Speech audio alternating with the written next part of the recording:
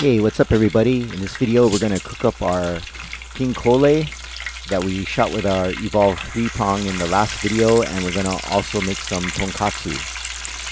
So we're going to twice fry the pork loins that we have here. So right now it's going to its first fry. So this is where most of the cooking is going to be done, and while it's cooking we're going to make the batter. And since we opened our mochiko flour, we're going to make it mochiko style. So we're adding that there.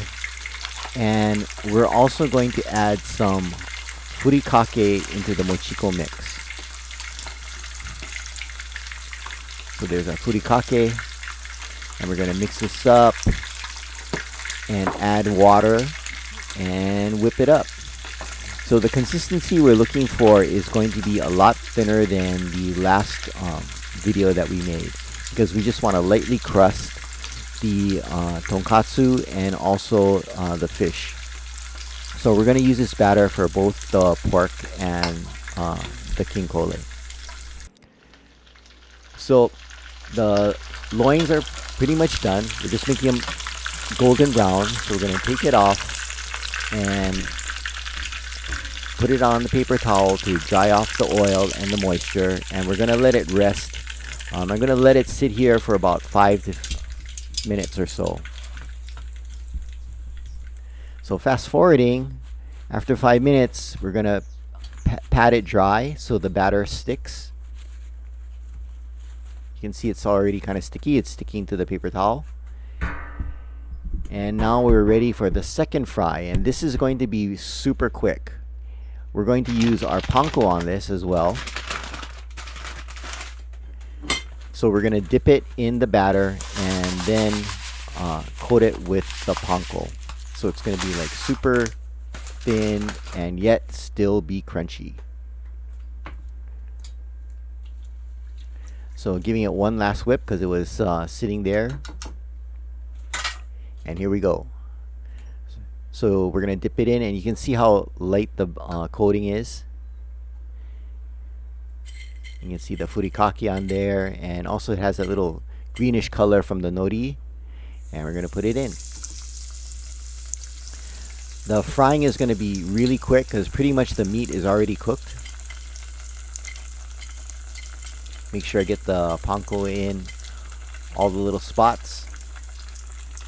And there we go. Now you have to work really quickly, so this is going to be kind of rough since I'm holding the tripod with one hand and I'm going to turn the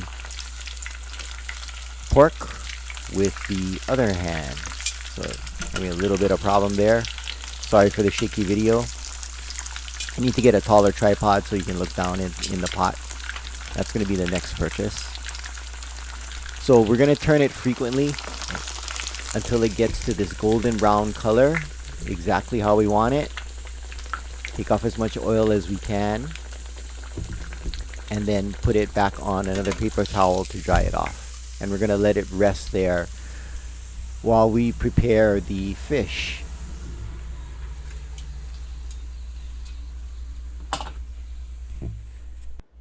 So here's the King Kole fillets. In the other video I cleaned the fish, so I took that out of this video.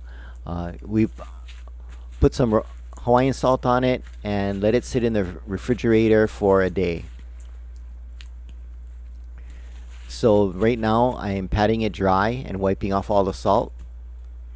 We're going to use 3 of the fillets for the fish nuggets, and we're going to keep 1 for the sushi.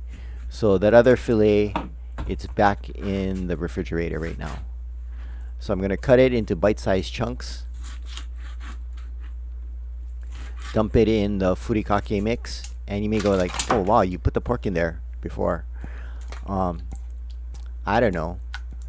I think it's alright since you're cooking it. And I've seen various opinions on various cooking shows, whether you can do it or not. It looks alright to me. I've never had any problem with it. So I've been doing that way for years. Plus, you know, gotta save our resources here. So I'm coating King Kole with the panko, and I'm gonna put it in. And this, you gotta be super fast, because within literally like 10-15 seconds the fish is gonna be done, because the oil is super hot.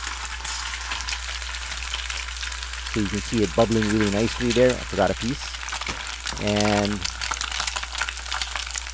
using my chopsticks, holding the tripod, turning it as best we can.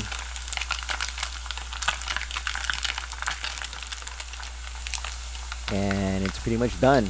Doing the same thing, gonna take it out, let it rest and dry on the paper towel. If I was really picky, and like if we have guests over, I would strain the oil to get all the little burnt pieces out. But if it's just us eating, it's all good. Actually, those little black dots kind of add a little color to the piece. But normally I would strain it out if we had guests over. So we're gonna plate it, and that's our hand carved ohia dish.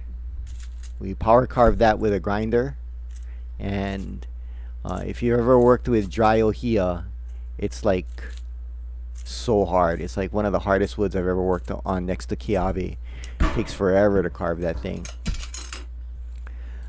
So now that the pork has rested, I'm gonna slice this up. You can see there, nice golden crust, perfect on the inside, and cook's prerogative, eat the end. So we're gonna plate the pork.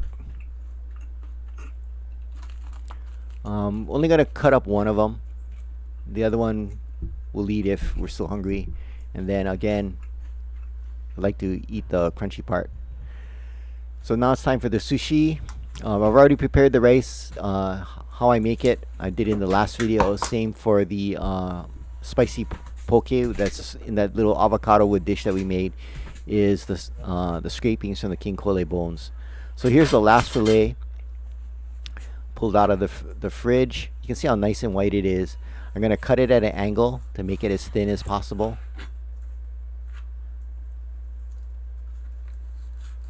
It's really hard because it's not like a tuna fillet where it's really big. This is, you know, kind of small. Gotta work on my knife skills. I sharpened my knife earlier, but I think it still needs to be a little bit sharper. So I had to flip it over because the little lump is on the other side. And I have my pieces. I'm only going to use 3 of the pieces. The other 2 I'm just going to eat. So we're going to make sushi with this. So the rice I already prepared. I used the mirin and the rice vinegar. And we're going to make our nigiri. So wet my hands. Make it bite size. And rather than do one at a time, I make all the rice first, because, you know, it's a presentation thing, so it can take it to the table. It's not like making it for somebody. So I'll spare you all the 6 that I'm going to make. So they're going to be 3 with the fillets and 3 with the spicy poke.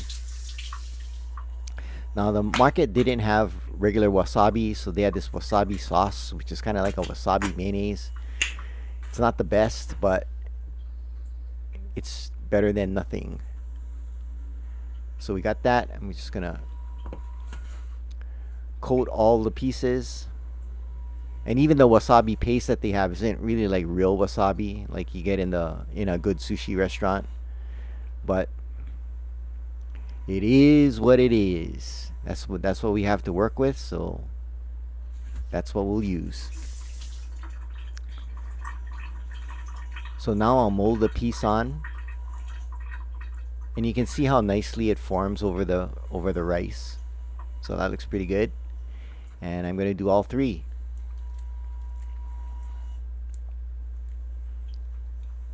So you can see from that one King Kole, get quite a lot of food, especially if you don't waste anything.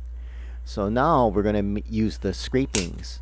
So that's the ones we scrape off the bone with a spoon, and we make it's spicy with sesame oil and sriracha. So I'm gonna wrap up the nori to make a little landing pad for the spicy poke. Push it down, and then put the mixture on. Again, I made this the day before. So I'll fill the pocket with the spicy poke. And gonna do it for all three of them.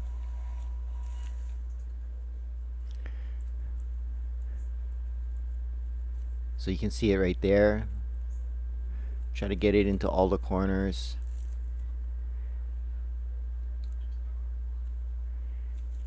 And then I have the base sushi done. See how it looks? The little flap kind of came off. Every now and then you'll see those big ants. They're kind of all over the place. So I'm going to coat the nigiri with a little bit of the furikake. That's just for presentation. Now what I'm going to do is make a dip from the for the fish nuggets. We're going to use some mayonnaise. And we're going to use ponzu sauce. So this will be for the fish, and then we have store-bought tonkatsu sauce that we're going to use for the pork. So we're going to whip it up. So all the wood utensils that you see, the presentation dish, the sauce dish, we made all of those. So there's our dinner. Hope you like it. Thanks for watching, and aloha.